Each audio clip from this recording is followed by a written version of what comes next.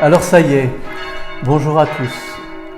Voilà, le déconfinement progressif a commencé en ce mois de mai. Si je pouvais, je vous chanterais la chanson de Bourvil, Joli joli mois de mai, mais j'en suis bien incapable.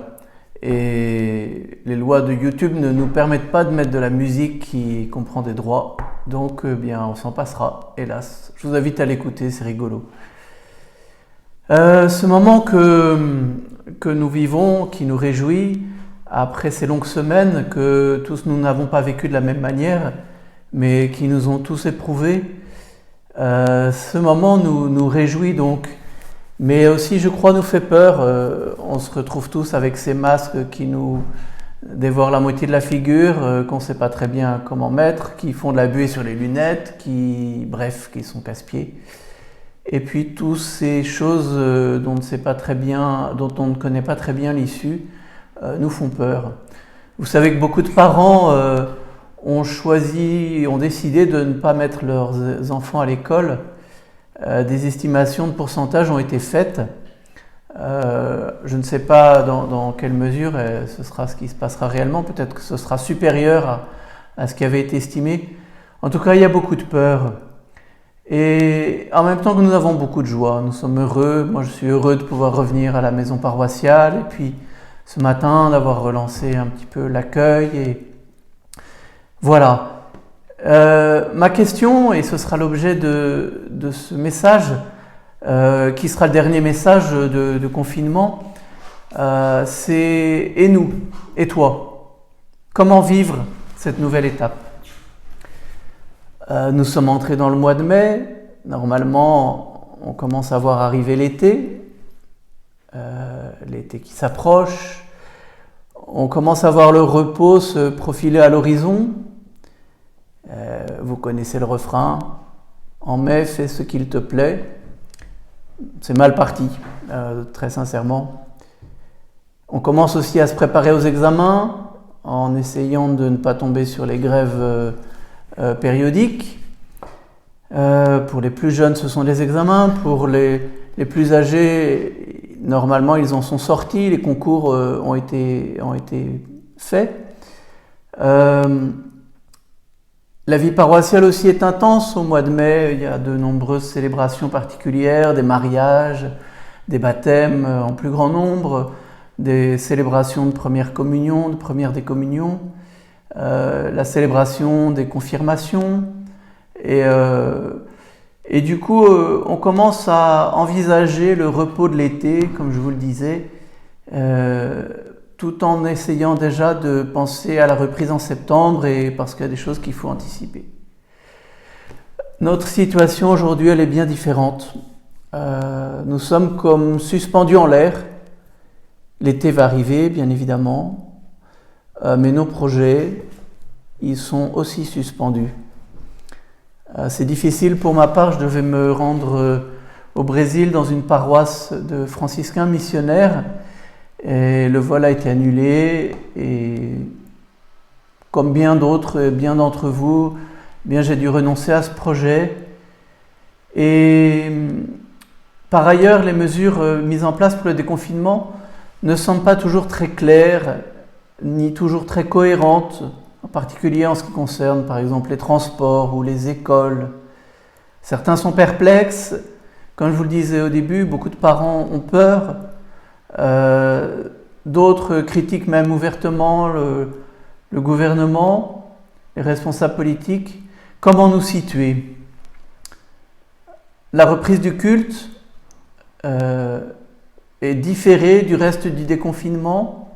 Ça nous pose aussi de nombreuses questions. Certains évêques ont réagi.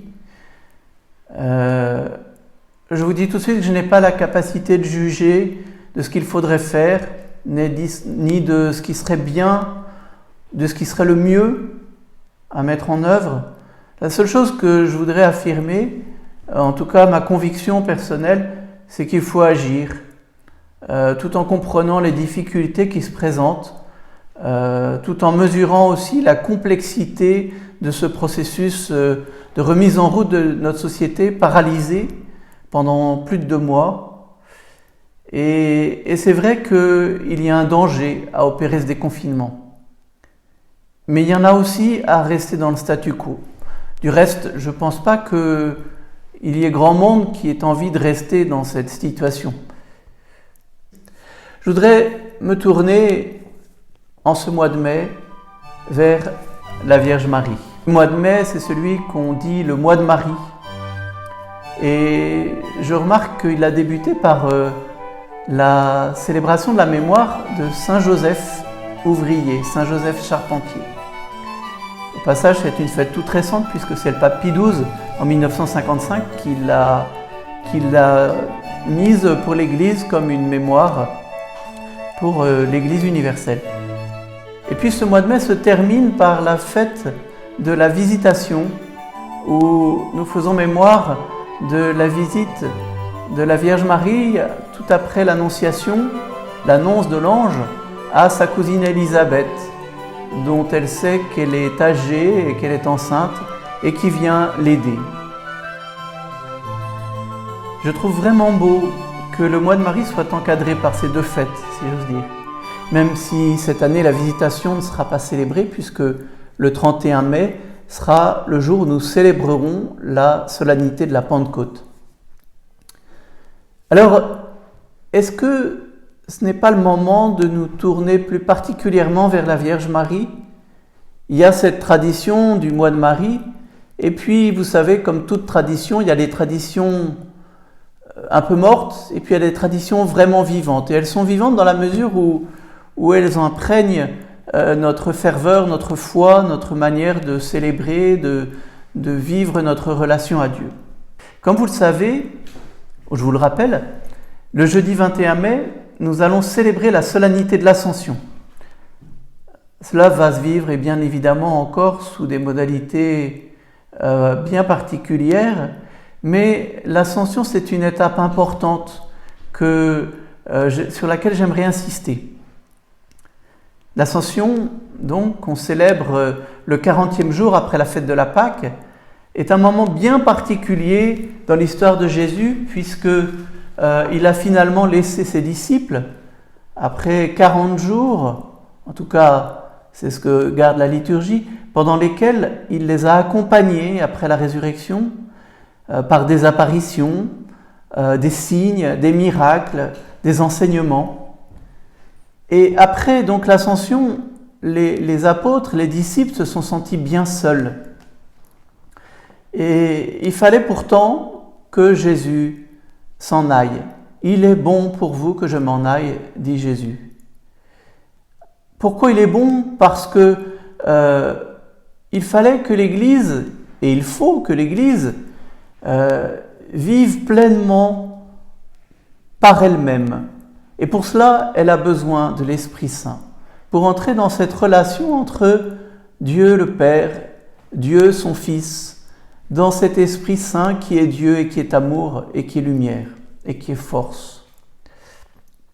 Alors, nous avons là une étape importante pendant ce mois de mai, du 21 au 31 mai, puisque nous avons 10 jours pendant lesquels nous vivrons en union avec les premiers disciples et nous ferons mémoire de ce chemin que l'Église doit faire de l'Ascension à la Pentecôte. Alors vous savez aussi comment les disciples étaient perdus après la résurrection, je l'ai dit. Ils s'enfermaient par peur des Juifs, comme nous disent les évangiles, mais les actes des apôtres, qui commencent d'ailleurs par le récit de l'Ascension, nous disent que les apôtres ont pris une décision. Ils sont retournés à Jérusalem, au lieu qu'on appelle le Cénacle, ou la chambre haute, et on nous dit qu'ils étaient fidèles à la prière. Alors je vous lis ce petit passage des Actes des Apôtres au chapitre 1. Alors ils retournèrent à Jérusalem depuis le lieu dit Mont des Oliviers, qui en est proche. La distance de marche ne dépasse pas ce qui est permis le jour du sabbat. À leur arrivée, ils montèrent dans la chambre haute où ils se tenaient habituellement. C'étaient Pierre, Jean, Jacques et André, Philippe et Thomas, Barthélemy et Matthieu, Jacques fils d'Alphée, Simon le Zélote et Jude, fils de Jacques. Tous d'un même cœur étaient assidus à la prière avec des femmes, avec Marie, la mère de Jésus, et avec ses frères. Voilà, je trouvais qu'il était important de réentendre ce passage de ce moment tellement important, ce passage du récit de ce moment tellement important dans la vie de l'Église, cette décision de se mettre en marche pour retourner à Jérusalem, pour retourner dans ce lieu particulier qui est le Cénacle et vivre avec Marie dans la prière. Alors bien sûr, ce temps du Cénacle prend un relief tout particulier pour nous cette année où nous avons, je crois, vécu j'en suis même sûr, vécu notre foi en la résurrection d'une manière proche de celle de Marie, bien plus proche. Nous pouvons être avec Marie. Nous pouvons vivre ce joli mois de mai en étant assidus à la prière avec Marie, la mère de Jésus. Alors voilà ce à quoi je vous invite, c'était l'objet de mon message. Voilà ce que j'aimerais vous partager pour que nous puissions nous mettre en route ensemble dans ce même mois de mai, ce mois de Marie, et en nous préparant à ce temps du Cénacle qui, je crois, va être un moment de grâce, un moment fort, un moment d'unité et d'union dans le Christ, si nous le voulons bien.